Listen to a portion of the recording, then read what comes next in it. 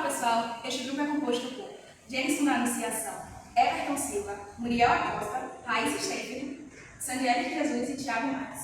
Bem, hoje nós vamos explorar um tema muito interessante e essencial no contexto da construção civil, as leis dos gases, e como elas se aplicam no nosso dia a dia, nas construções, desde a ventilação até o sistema de climatização e segurança. As leis dos gases são um conjunto de princípios da física dos gases, que descrevem a relação entre pressão, volume e temperatura em diferentes condições. Embora esses conceitos possam parecer distantes da construção civil, eles têm um impacto direto no funcionamento dos sistemas de ventilação, pressurização e aquecimento dos edifícios. O objetivo deste seminário é mostrar como essas leis são aplicadas na prática e como elas ajudam a garantir eficiência, segurança e conforto nas edificações. Vamos entender cada uma das três leis principais: Lei de Boyle, Lei de Charles e Lei de Gay. É gay? É gay? É. Vamos lá, então. E Lei de Gay. Começando, vamos lá. Vamos entender cada um. Gay, sabe? Gay Lussac. Gay. É gay. Gay Lussac. Começando, vamos. Vamos entender cada uma das três leis principais: Lei de Boyle, Lei de Charles e Lei de Gay, e como elas influenciam os sistemas do ar-condicionado, dutos de ventilação e até qualidades do ar dentro dos edifícios. Olá, eu vou explicar a lei de Boyle, que é fundamental para a gente entender como a pressão e o volume de um gás se relacionam. A lei de Boyle afirma que quando a temperatura é constante, o volume de um gás é inversamente proporcional à sua pressão. Ou seja, quando a pressão aumenta, o volume do gás diminui. E quando a pressão diminui, o volume aumenta. Isso pode ser expresso pela fórmula P1 vezes V1 igual a P2 vezes V2. Ou seja, a pressão inicial vezes o volume inicial vai ser igual a pressão final vezes o volume final. Na construção civil, esse princípio é aplicado em sistemas de ventilação, por exemplo, em estacionamento subterrâneo e escadas pressurizadas. A pressão do ar é controlada para garantir uma boa circulação e evitar o acúmulo de gases tóxicos. Se a pressão do ar subir, o volume do gás ou do ar diminuirá. E se a pressão for reduzida, o volume aumentará, impactando a ventilação. Além disso, em sistemas de distribuição de gás e ar comprimido, a lei de Boyle ajuda a projetar tubulações que suportam as variações de pressão e volume, evitando falhas como vazamentos na vazão. Nos sistemas de ar-condicionado, o gás refrigerante é comprimido e expandido dentro do sistema, o que também segue essa lei. Portanto, a lei de Boyle é essencial para a definição e a segurança do sistema de ventilação e pressurização. Agora eu vou falar sobre a lei de Charles, que descreve a relação entre a temperatura e o volume de um gás. Segundo essa lei, quando a temperatura de um gás, o volume também aumenta, desde que seja a pressão constante, ou seja, se aquecer o gás ele tende a explodir, a fórmula expressa essa relação, volume inicial sobre temperatura inicial e volume final sobre temperatura final. É a aplicação na construção civil. Na construção civil, a dilatação térmica dos materiais deve ser considerada ao projetar edifícios. Materiais como PVC e metal se expandem ou se contraem com a variação de temperatura, o que pode influenciar no desempenho estrutural e na estabilidade de tubulações e fundação. Por isso, quando falamos de controle térmico, a lei de Charles é crucial para garantir que os materiais utilizados em edificações suportam essas variações sem compreender a segurança. Controle térmico e eficiência energética e sistema de HVAC, aquecimento, ventilação e ar-condicionado, a temperatura do ar influencia diretamente a eficiência do sistema. Por isso, a lei de Charles é aplicada para ajustar o controle do volume de ar, garantindo um meio ambiente que seja mantido em temperaturas confortáveis e em baixo consumo energético. Logo, essa lei é uma das principais princípios de dimensionamento e na eficiência dos sistemas de climatização. Agora vamos entender a lei de Gay-Lussac, que relaciona a pressão e temperatura de um gás, mantendo o volume constante. De acordo com essa lei, quando a temperatura de um gás aumenta, sua pressão também aumenta. E se a temperatura diminui, a pressão também diminui.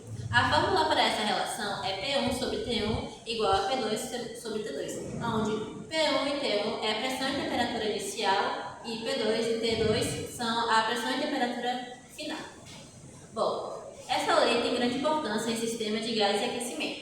Por exemplo, se a temperatura em uma tubulação de gás ou aquecedor subir, a pressão interna também aumenta, o que pode ser perigoso se o sistema não for projetado para suportar essas mudanças. Portanto, Portanto, o sistema de gás deve ser cuidadosamente dimensionado para garantir a segurança e evitar explosões ou vazamento.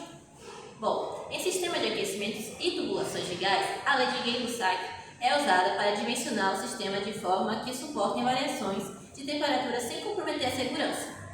Isso ajuda a prevenir falhas graves no sistema, mantendo os ocupantes seguros.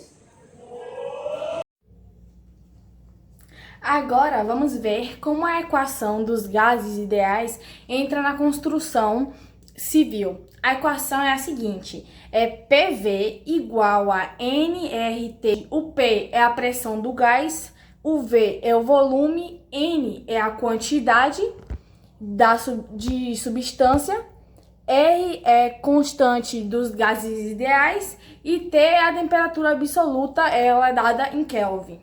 Essa equação integra as três leis que vimos e é fundamental no dimensionamento de sistemas de climatização. E nos sistemas HVAC, a equação ajuda a calcular o fluxo de ar necessário para manter uma temperatura agradável em ambientes fechados. Ela também é usada para prever condições ideais de pressão e temperatura dentro de sistemas de ventilação e, por exemplo, o ar-condicionado. Por exemplo, um edifício com sistemas de ventilação ou ar-condicionado, a equação dos gases ideais é utilizada para calcular a quantidade de ar necessário para resfriar ou aquecer os ambientes, mantendo o consumo energético baixo. Vou falar sobre a qualidade do ar e a sustentabilidade nas edificações. Existem diversas estratégias que a gente pode utilizar para manter o ambiente climatizado e manter refrescado, para o bem-estar dos ocupantes e também manter o ambiente sustentável. Um deles é a ventilação cruzada. Quando a gente tem um ambiente aberto, com varandas, uma área aberta assim, o vento consegue circular pela área, deixando mais refrescado para os ocupantes das edificações. Também é sustentável, pois não precisa de nenhum material ou de algo que não seja natural para manter o ambiente climatizado. Como exemplo, o ar-condicionado consome energia. Um ótimo exemplo também de sustentabilidade é a iluminação, pois quando a iluminação natural, quando o ambiente é aberto e tem a iluminação natural, não precisa gastar energia para manter um ambiente iluminado. E ótimo exemplo também é o uso de materiais ecológicos, para ter isso, que um exemplo é revestimentos, tinta de revestimentos ecológica para diminuir a emissão de compostos orgânicos voláteis que são prejudiciais à saúde. O uso de plantas biofiltrantes, como samambaias e dracenas.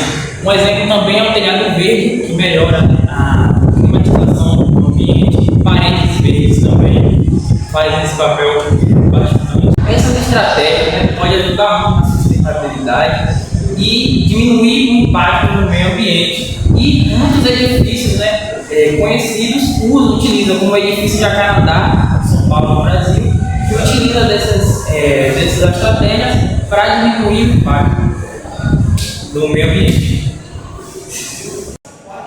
Em resumo, as leis dos gases são essenciais para a construção civil.